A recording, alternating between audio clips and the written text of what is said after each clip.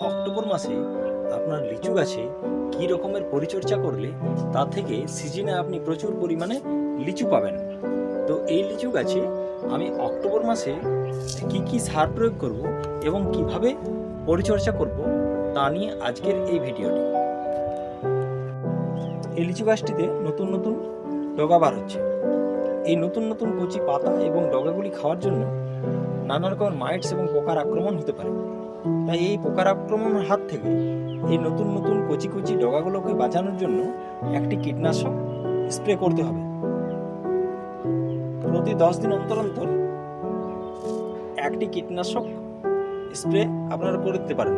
সেটি নিম তেল হতে পারে বা টাপগড় সেই কীটনাশকটিও হতে পারে। আপনারা এটি স্প্রে করে দেবেন 1 লিটার জলে 30 ফোঁটা মিশিয়ে গাছের প্রতিটি পাতাতে স্প্রে করে দেবেন।